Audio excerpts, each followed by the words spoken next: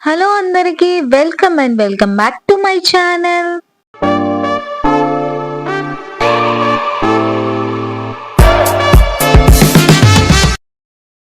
అందరు ఎలా ఉన్నారు? నేనైతే చాలా బాగున్నాను. మరొక చిన్న వంటలతో అయితే మళ్ళీ మీ ముందుకు వచ్చేసాను. లేట్ చేయకుండా వీడియోలోకి వెళ్ళిపోదాం.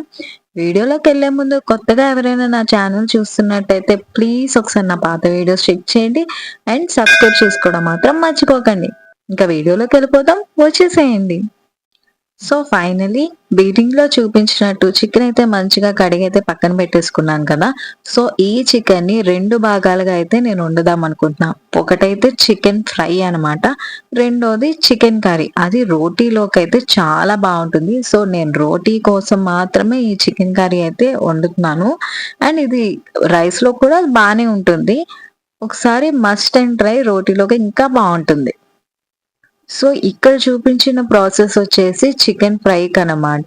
ఇక్కడ చూపించిన విధంగా అయితే కలిపేసి పక్కన పెట్టుకోండి. నేనైతే గరం మసాలా, ధనియాల గుండ, కాస్త సరిపడినంత ఉప్పు, కారం వేసేసి పెరుగు కూడా వేసేసి మంచిగా మ్యాగ్నేట్ చేసుకొని పక్కన ఫ్రిడ్జ్ లో అయితే ఒక్క హాఫ్ అన్ అవర్ పెట్టేసుకున్నాను అనమాట. అండ్ సెకండ్ వచ్చేసి ఇది చికెన్ కర్రీ. చికెన్ కర్రీ కూడా సేమ్ అట్లానే కలిపేసి పక్కనైతే పెట్టుకుంటాము. సో ఇందులో చూపిస్తున్న విధంగానే మీరు కూడా కలిపేసి పక్కన పెట్టేసుకోండి.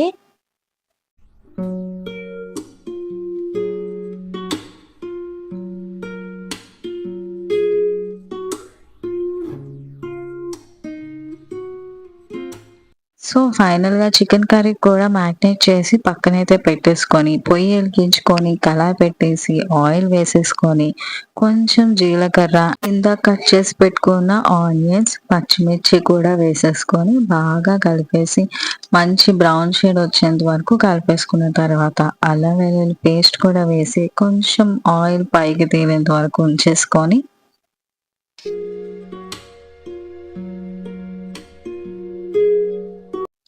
సో ఇంకా ఫైనల్‌గా ఆనియన్స్ అన్నీ ఫ్రై అయిపోయాయి కాబట్టి చికెన్ అయితే ఇందాక మ్యారినేట్ చేసి పక్కన పెట్టుకున్నాం కదా కర్రీ కోసం.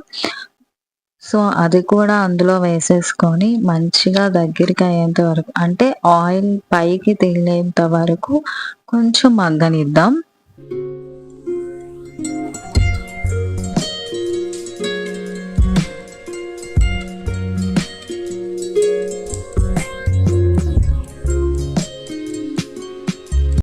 కొంచెం ఆయిల్ తేలింది అన్నాక మూత వేసేసుకొని కాసేపు అట్లా ఉంచేసి, బిఫోర్‌గా ఇంకో పక్క చికెన్ ఫ్రై కోసం కలిపేసి పెట్టుకున్నాం కదా. సో పొయ్యి వెలిగించుకొని కళాయి పెట్టేసి ఇంకా ఆయిల్ వేడెక్కేంత వరకు వెయిట్ చేద్దాం.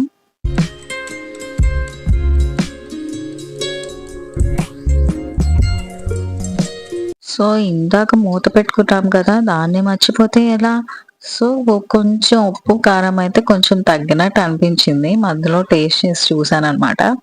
సో అది కూడా వేసేసి మళ్ళీ ఇంకాసేపు మగ్గనిద్దాం.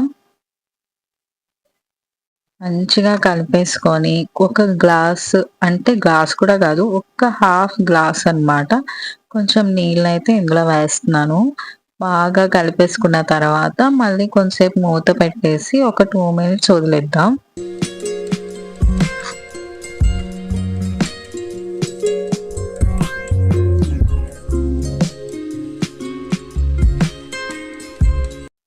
సో పక్కన చికెన్ ఫ్రై కూడా మర్చిపోకూడదు కదా.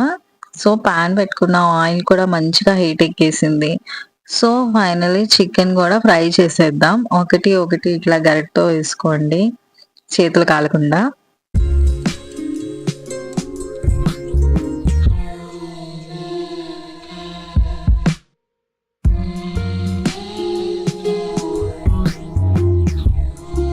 సో ఫైనల్‌గా చికెన్ కర్రీ కూడా దగ్గరికి అయిపోయింది.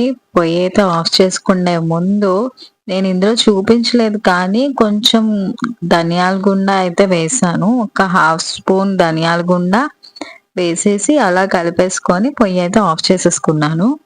సో చికెన్ ఫ్రై కూడా అయిపోయింది. ఫైనల్‌గా అన్నం అయితే వడ్డించేసుకుంటున్నాను. నా వీడియో ఎలా అనిపించిందో ప్లీజ్ నచ్చినట్టుంటే కామెంట్ చేయండి అండ్ ప్లీజ్ సబ్స్క్రైబ్ చేసుకోండి. మళ్ళీ నెక్స్ట్ ఇంకొక చిన్న వంటతో అయితే మీ ముందుకు వచ్చేస్తాను. ఇంకుంటాను మరి. Bye bye.